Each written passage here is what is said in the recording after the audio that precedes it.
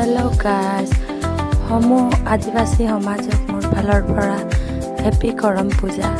আমি কৰম পূজা চাবলৈ গৈছোঁ। আমাৰ হাৰমতি বাগানত কৰম পূজা পতা হৈছে। দেখিছে, দিনত যোৱা নাই বাৰু, ৰাতিহে গৈছোঁ। তাৰপৰা এতিয়া ঘৰৰ পৰা ওলালোঁ। দেখিছে, আমাৰ কৰমতী কেইজনী বহি আছে, কাহিনী কৈ আছে।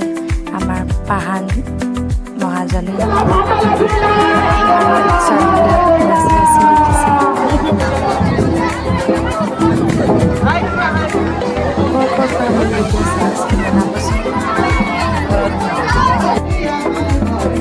ময়ো এপাক নাচি দিলোঁ পিছত। গৰমত গৈ পিনে যদি গৰম নানাচি ভাল লাগিব জানো কওকচোন।